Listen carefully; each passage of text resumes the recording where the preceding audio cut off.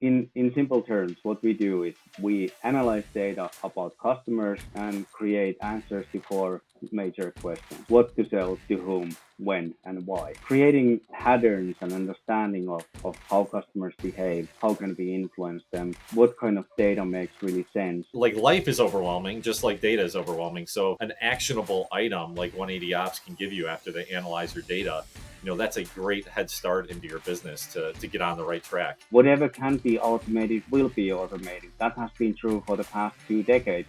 Now we are just seeing the kind of major shift where everything's happening simultaneously really fast. And then ChatGPT will come out with something the very next day that will sort of wipe that business model out because they came up with something that does exactly what you guys just made. But if you can combine both, you can combine the human aspect and the AI, it seems like a winning strategy.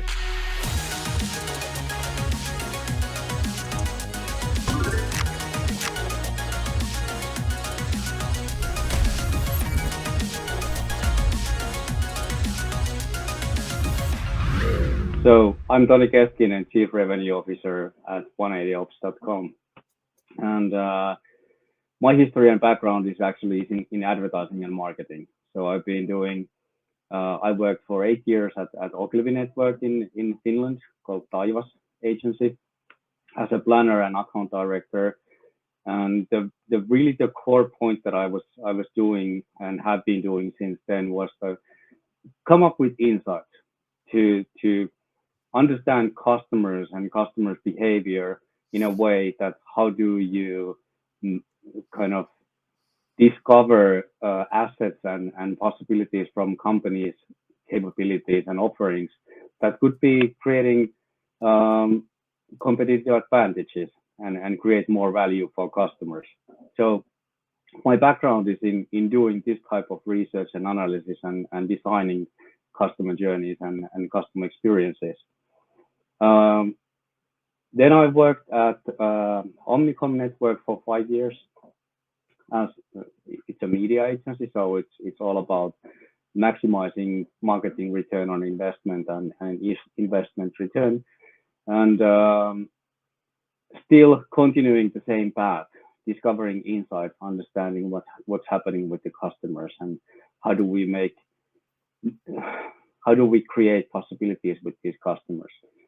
And by doing this for 25 years now, I've been capable of kind of creating patterns and understanding of how customers behave, how can we influence them, what kind of data makes really sense. And that's the kind of foundation for what we are doing now at 180ops. So in simple terms, what we do is we analyze data about customers and markets and create answers to four major questions. What to sell, to whom, when, and why. Understanding these, getting answers to these questions, what to sell, to whom, when, and why, is a way of kind of creating macroeconomic map on possibilities, risks, and opportunities. So that's what we do. We help sales and management. So like you guys analyze the customers, so someone could be selling to their customers, not realizing they have so much more potential out there, more potential products, or that maybe they're approaching the customer the wrong way. And you guys help with that to increase the company's sales. That's like the 10,000-foot basic overview. Exactly. So when you look at any given company's data and penetration level of adaptation level of offerings, you come up with an outcome that there's a curve where majority of customers are buying one or two offerings, and those are the ones that the company is known for. The majority of customers are the volume in customers is there, but when you then look at the revenue curve, the small amount of customers adopting much wider portfolio represent majority of the turnover. And it's often not realized that actually these customers are real life success stories about what the company could mean for customers.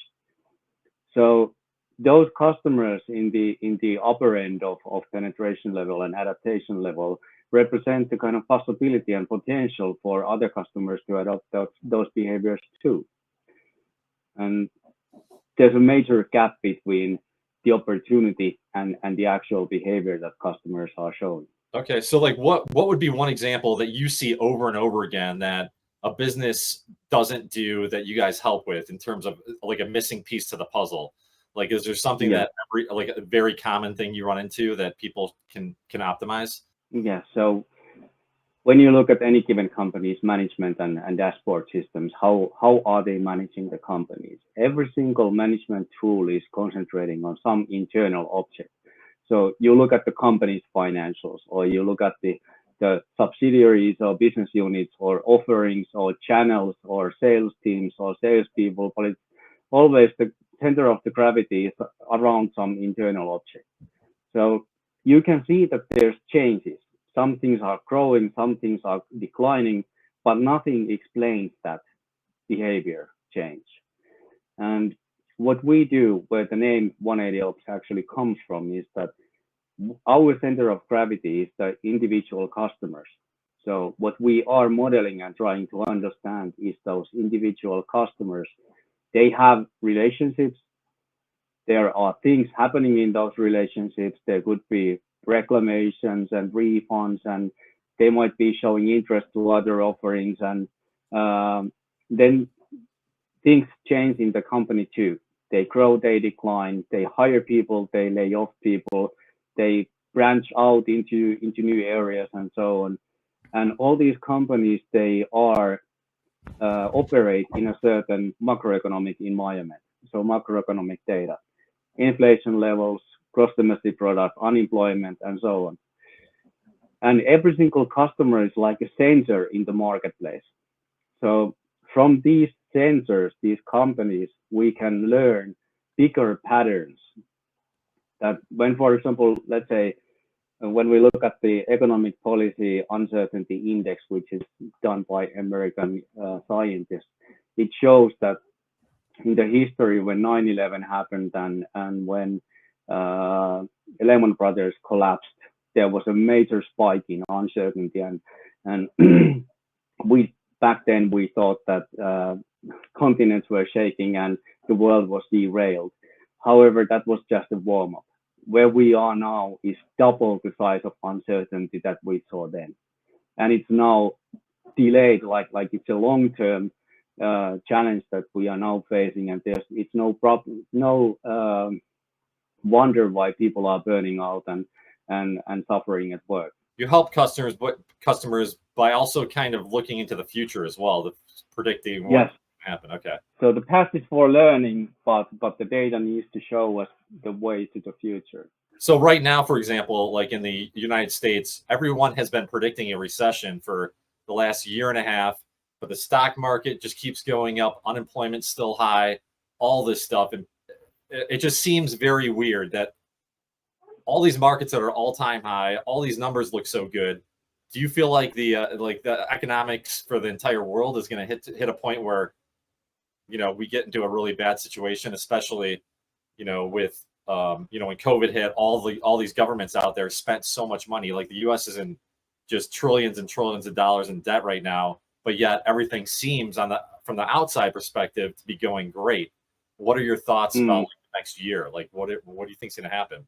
It's an interesting question because there, like I said, uncertainty is at an all-time high, and what we see from the data and results that we are creating for our customers is that when, for example, interest rates go higher all over, some customer groups stop buying, some others start buying, some offerings cease to sell more, and some others start selling more.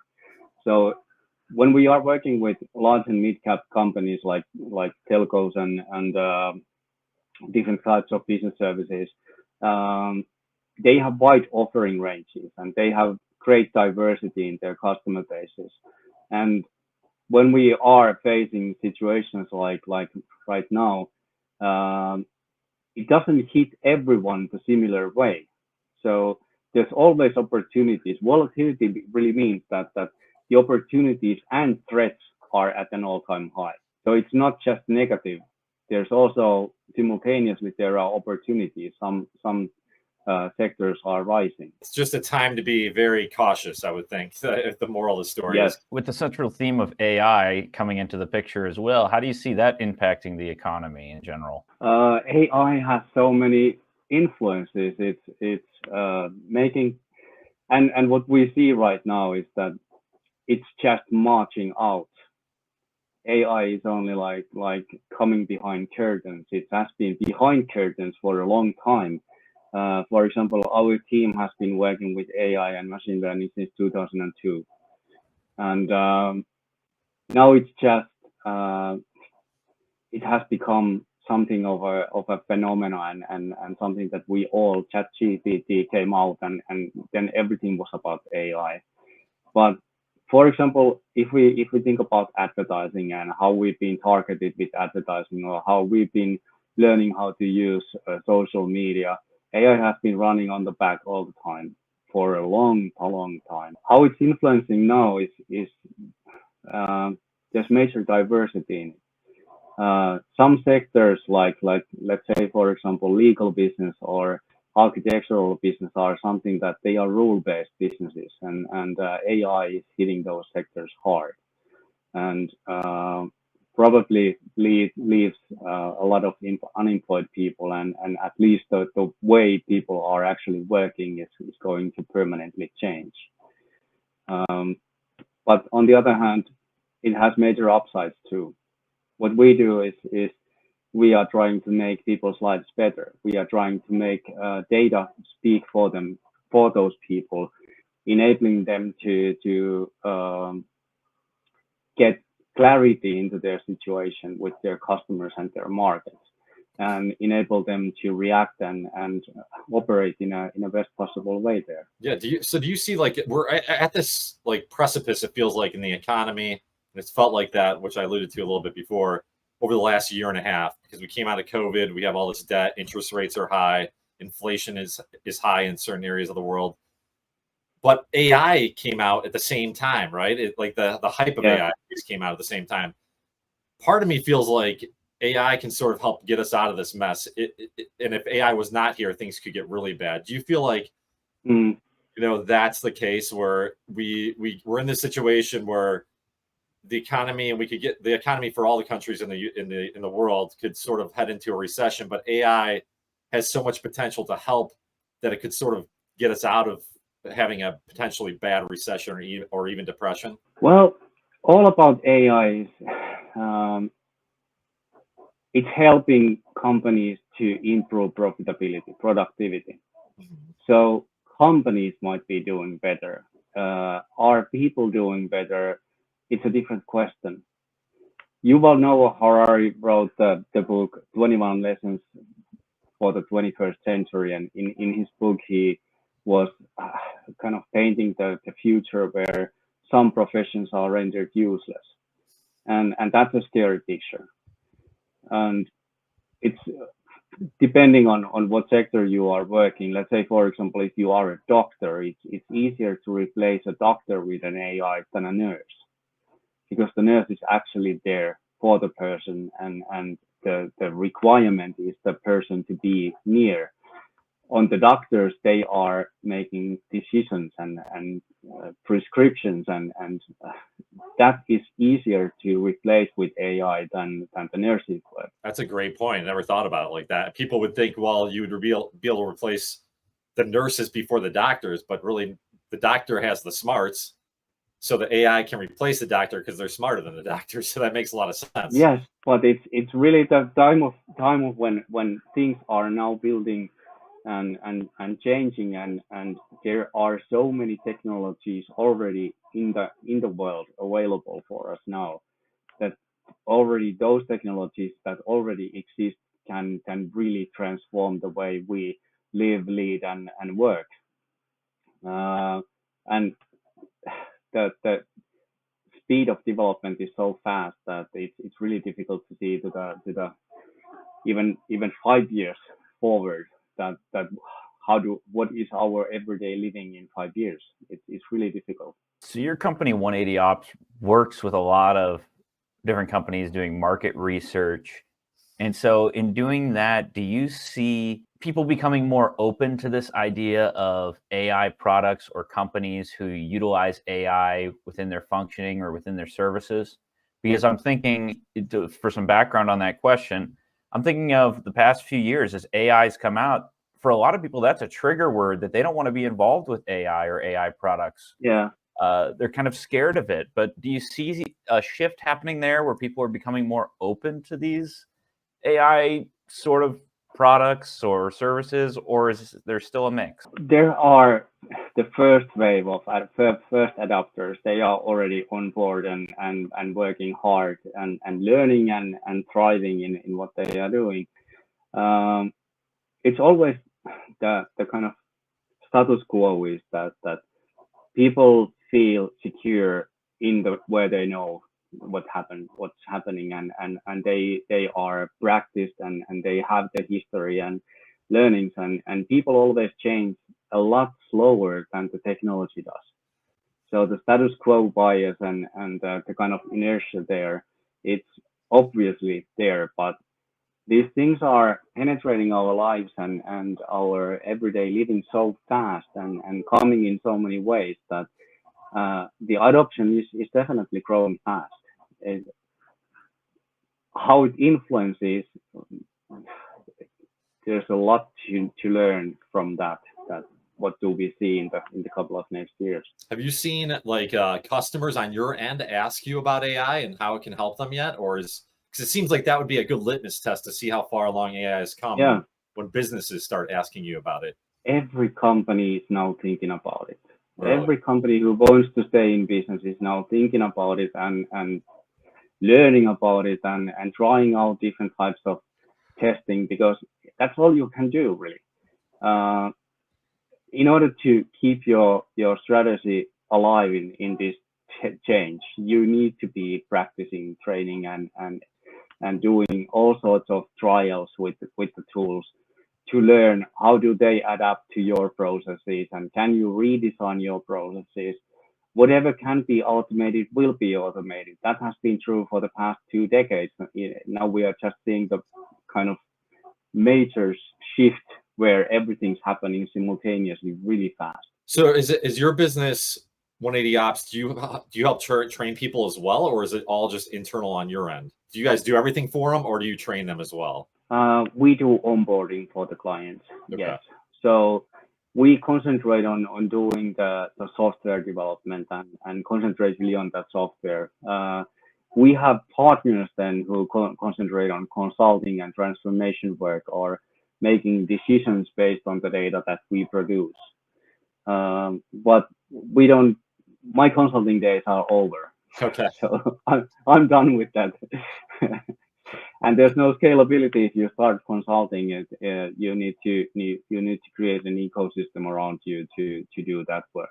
So what does your team look like right now? When did you guys launch, and how many people you have working for you right now? Right now we have 9 people. We are still a startup. We have created a foundation, so we've been validating everything that we have developed. For the development as such, you can say that we've been developing this for the past 25 years.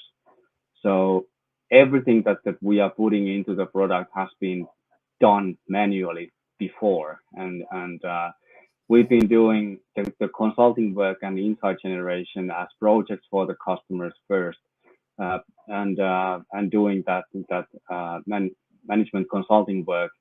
We are now just kind of what we are doing is turning our lifetime of learning best practices and trial and error into a machine.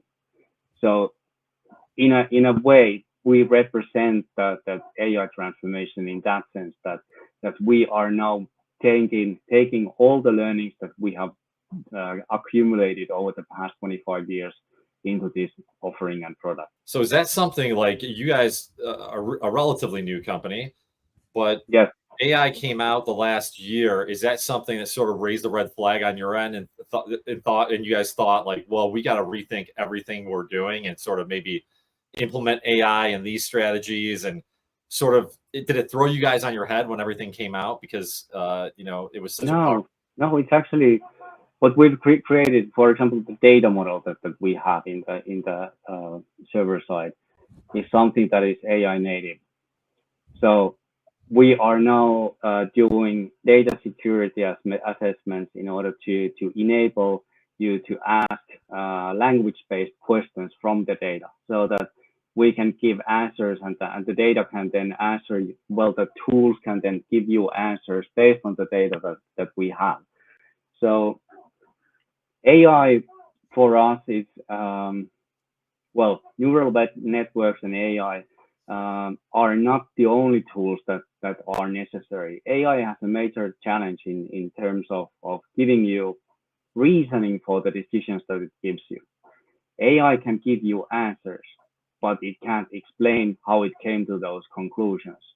So we can't write solo on AI. We also need machine learning tools, because if you think about management, let's say, for example, predicting risk of defecting customers, you need to understand what are the things driving those risks, because that's what you manage. Those are the factors that you need to influence, and you need to be aware of those factors in order to do the management effectively.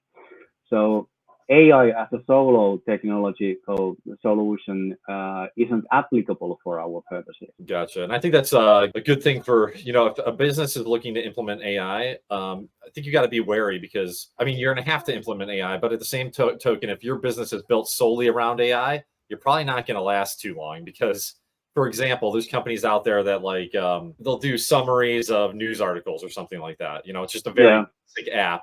And then ChatGPT will come out with something the very next day that will sort of wipe that business model on the floor, wipe that business model out, because they came up with something that does exactly what you guys just made. Not you in 180 Ops, but this example. But if you can combine both, you can combine the human aspect and the AI. That's sort of it seems like a winning strategy, and for a long-term business model, at least, because you really got to be aware of how AI is going to impact your business. Some tool could come along and just totally wipe you out, a day later. But if you have the human aspect there as well, it's going to help you a lot survive, at least. Well, it's actually a human factor, because now we are living in a world where VUCA world, like volatile, uncertain, complicated, and ambiguous world, and how we see what people really need is to create clarity on their situation. If you are working in sales or offering management, you need to understand what's happening around you. You need to kind of get answers about what factors are threats for me, and which are representing opportunities. So creating that kind of clarity is the thing that helps people to feel more confident about their situation. It helps people to relieve their stress and for example, anxiety about the thing that, let's say, for example, you get a budget of 10% growth for next year, but no one explains where the budget growth is supposed to come, and how do you actually meet that quota. So that's the most important thing why salespeople are now leaving their jobs. They feel that they get unreasonable expectations and quotas that they can't meet. And so giving people a fighting chance, using the technology to give them answers, is the kind of way that how we approach this challenge. Gotcha. So like a quota for some sales guy, he has to sell, for lack of a better example, 10 vacuum cleaners, right, to somebody. Yeah. And maybe what he's doing isn't, he's never going to sell 10 vacuum cleaners, because what he's doing every single day is just not going to get there.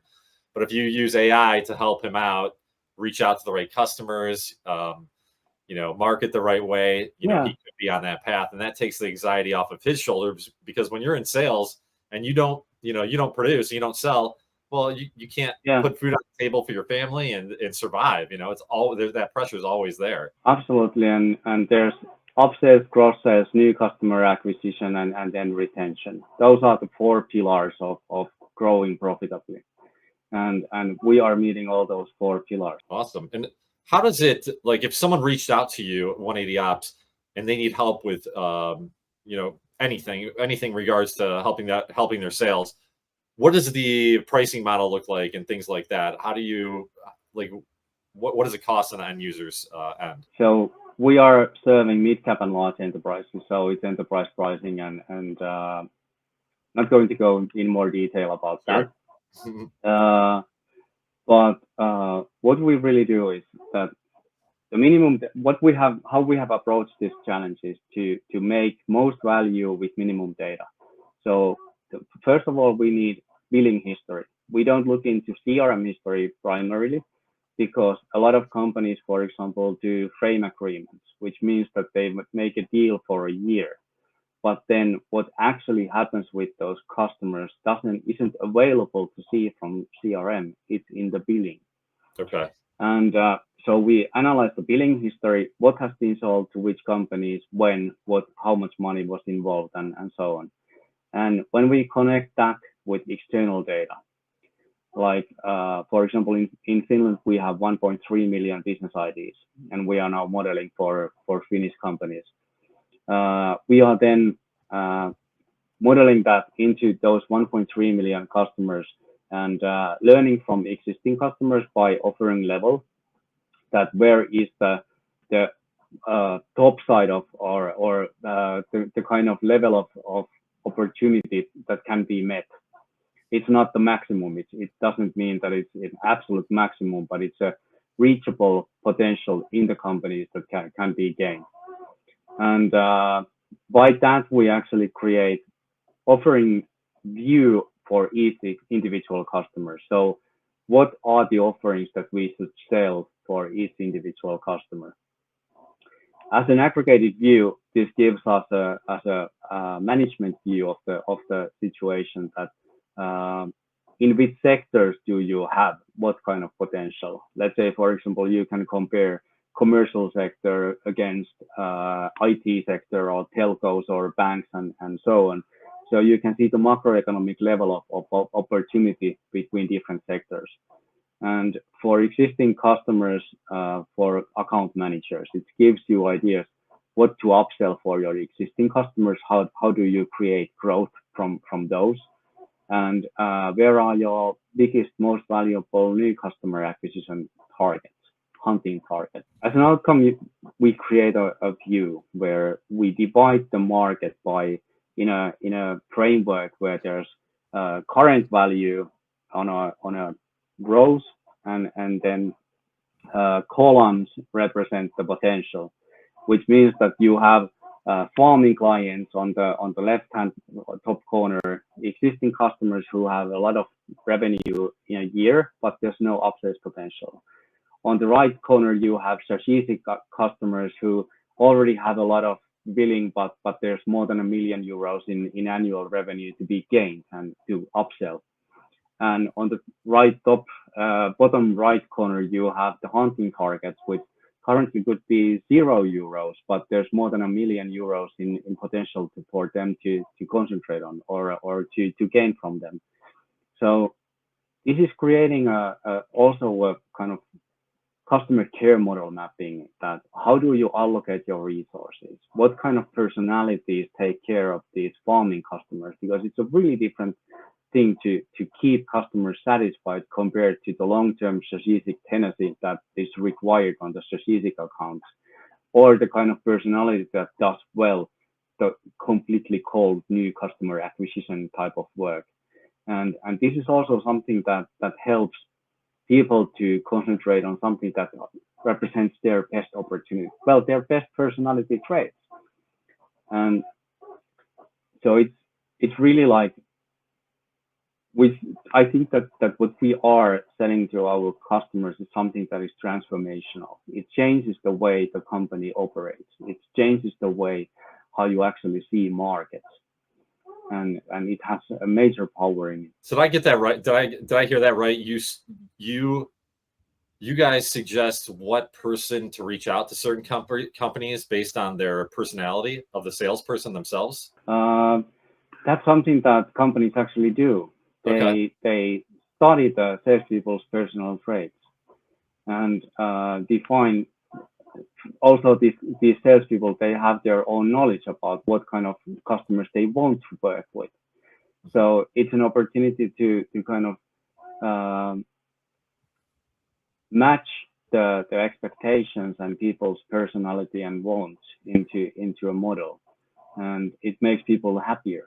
It's something that makes everyone happier. Yeah, that's really interesting. That's cool. I never thought of it like thought of sales like that, but it makes a lot of sense. So we are only modeling business ideas. So it's all B2B companies.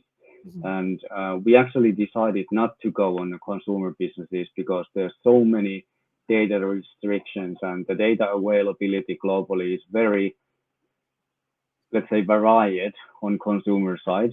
On B2B side, we work with Dun & Bradstreet and Moody's and different types of companies who provide us with legal B2B annual data as well as faster data.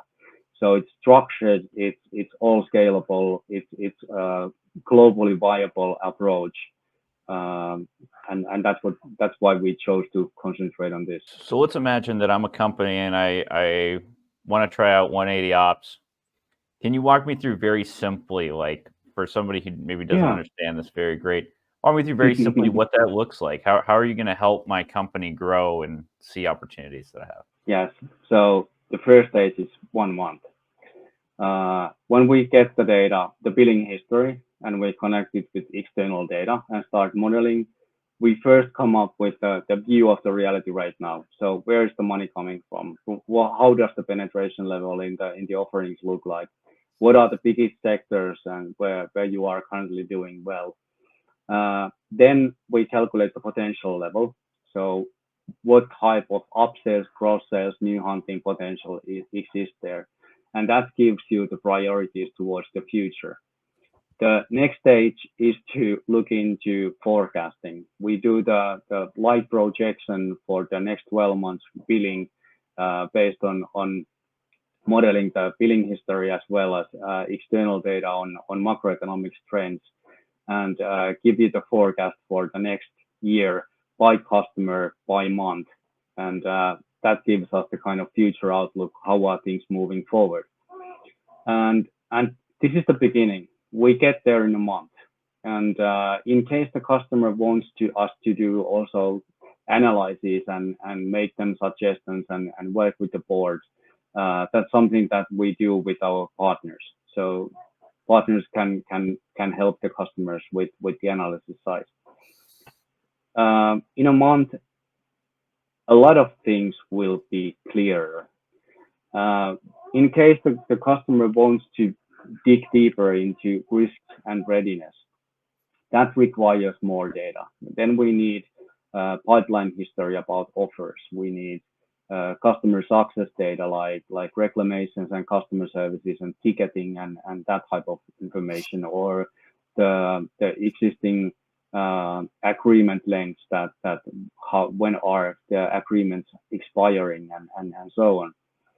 And that takes a little bit longer. We first start with the risk, because understanding of risk also influences the understanding the readiness. So the risk drivers also drive the new customers' readiness to buy lower.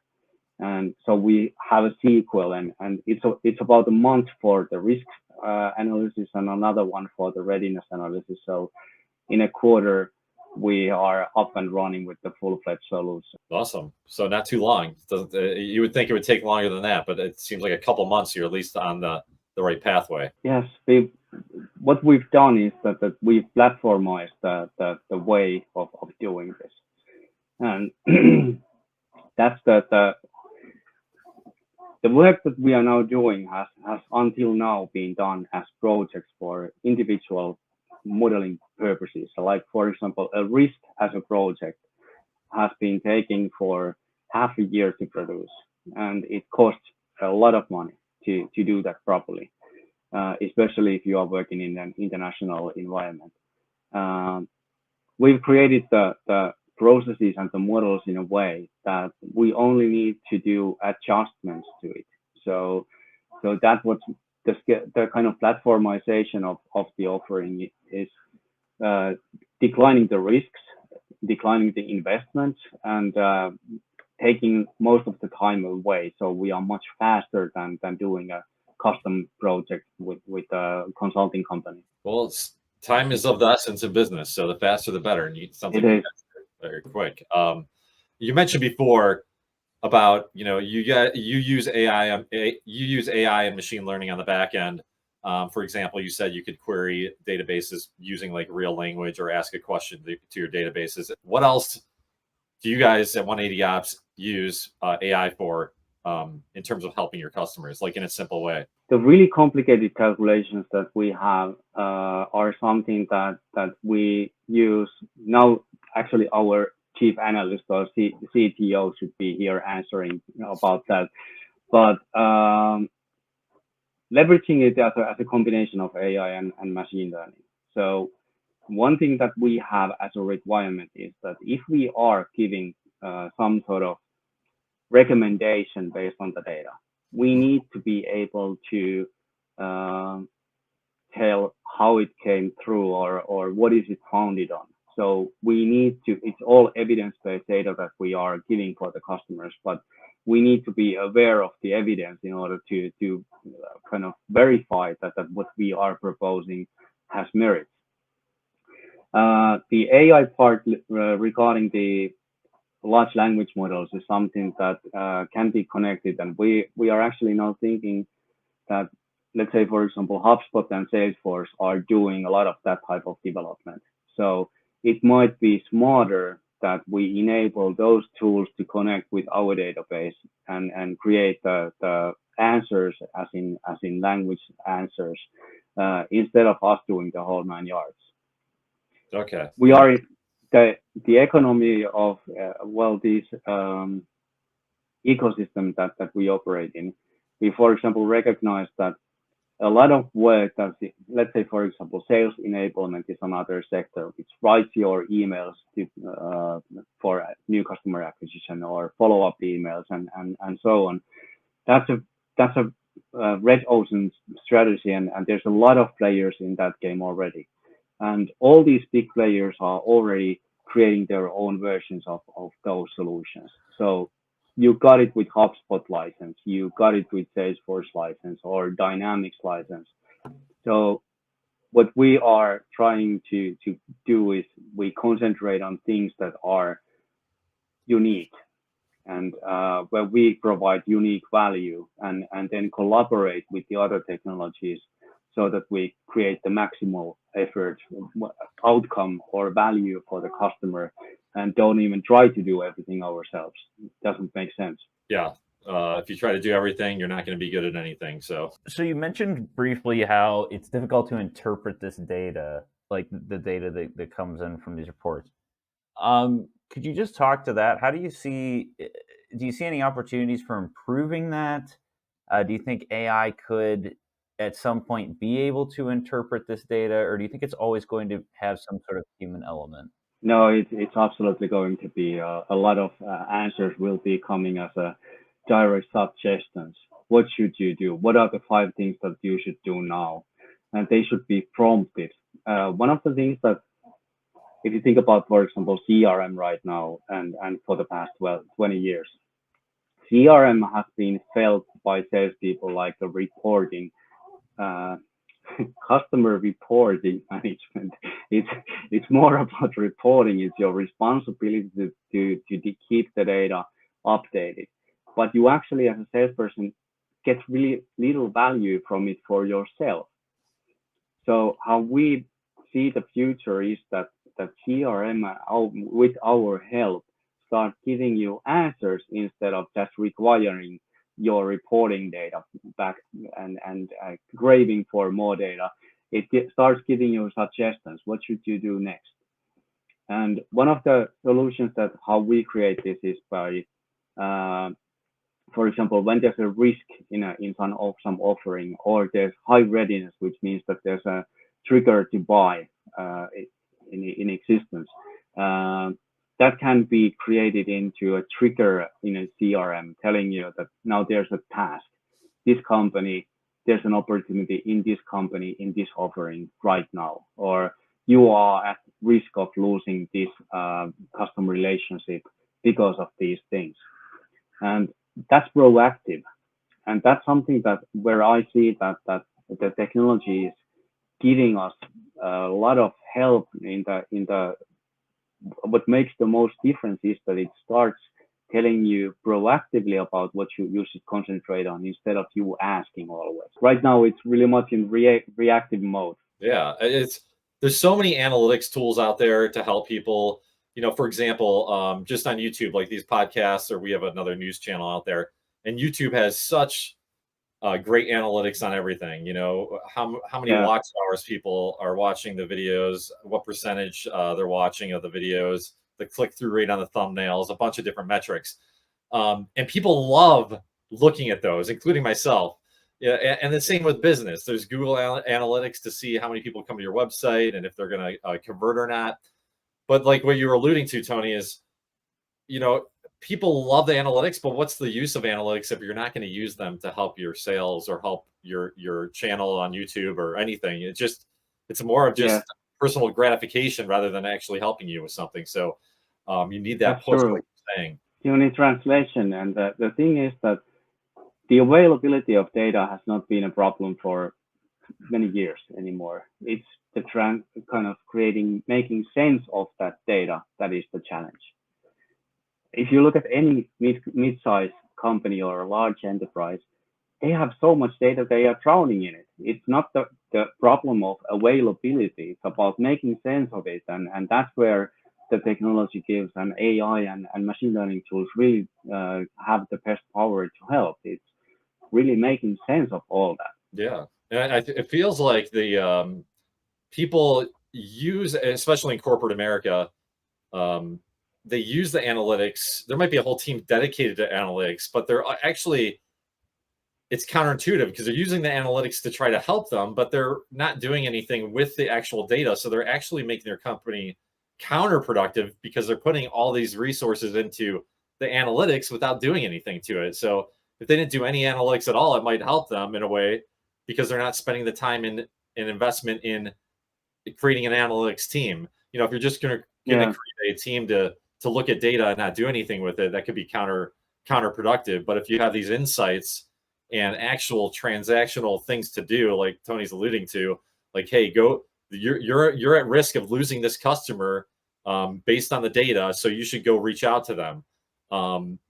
Insights like that are very, very helpful and can save a company, thousands or millions of dollars down the long term. Millions, and in a major way. Like, for example, when I was working with Finnish government, I did study on, it was the pension insurance company of the government entity that pays your, when you get sick, they pay you money, and when you get on pension, they give you the pension and so on. And they have a lot of roles in the society in Finland. That how do they actually help people navigate their lives? And when I was doing analysis on why do people actually call to the call centers, we were able to, the Pareto principle, the rule of 20-80 rule, always applies, that there are things that can be recognized, that can be concentrated on and fixed. And when you do that, you actually take away a lot of frustration from the people, so they feel better. You take away the anxiety and insecurity and not knowing what to do next, and instead those people who are working with the customers can concentrate on those who actually need the help. So you're actually improving both customers' lives and you're improving the employees' lives. And when we are aggregating these data about the individual customers into offerings, we can see that what are the things between in different offerings that are creating the pains and likelihood of churn, and what are the drivers of new customer acquisition and readiness. And those are something that give you tremendous management possibilities, because now you have something to concentrate on. You have things to accelerate, and you have risks to mitigate and take away those challenges. And in that Finnish government case, we saved millions of euros a year by just changing public websites. When you recognize the root causes of those challenges, it doesn't mean that it's expensive to fix. Then we come to behavioral economics, and how do you actually nudge people to move forward, or how do you make people to for example, feel better about themselves.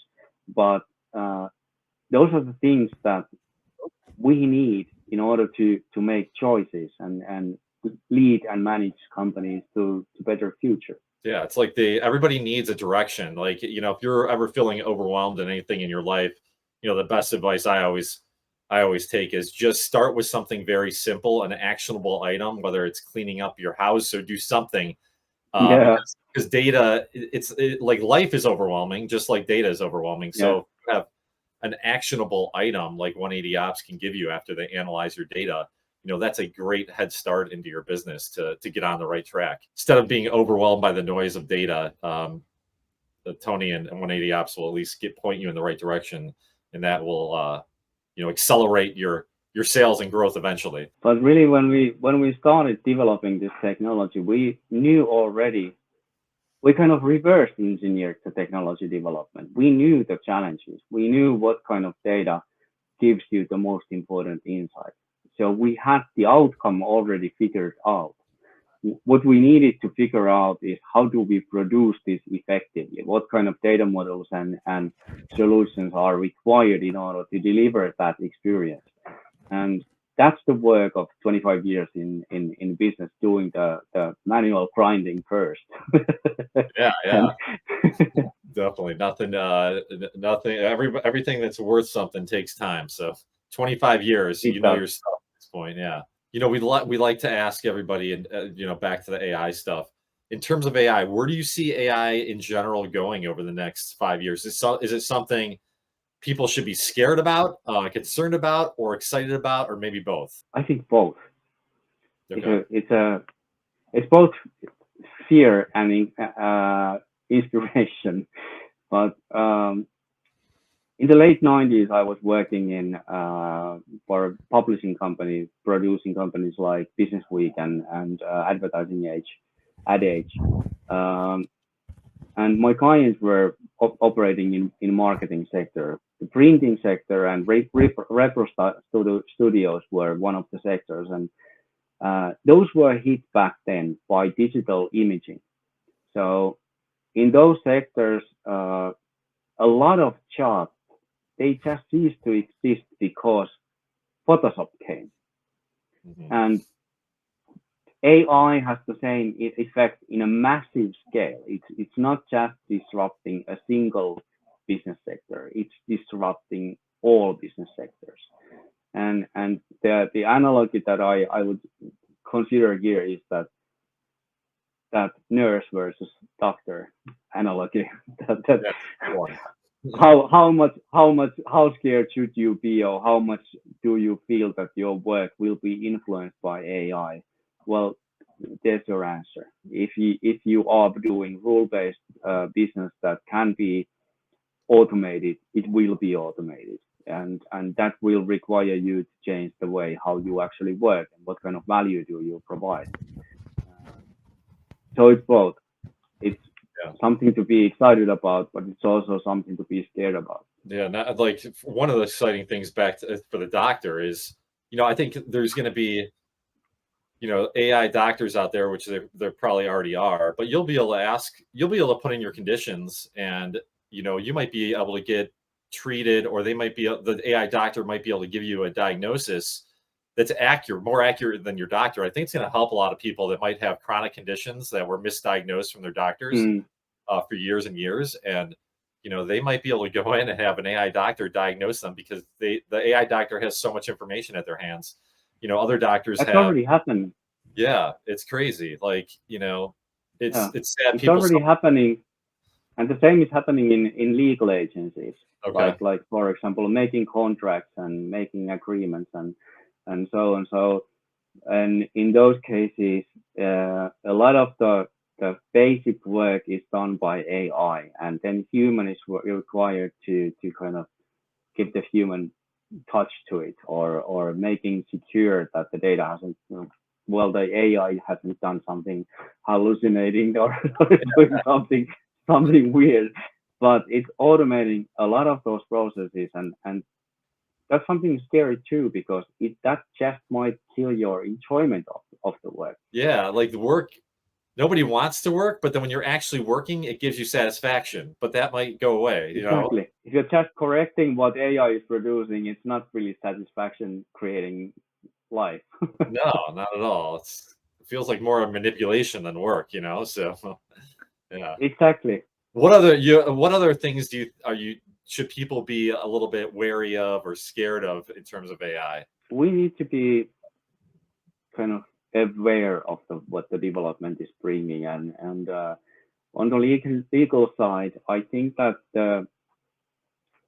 for example, how social media is now operating and how we are being put into bubbles, and it's creating diversion, well, disruption in the society is something that it needs to be regulated, and we are now at the point where, for example, EU is doing regulation on AI use.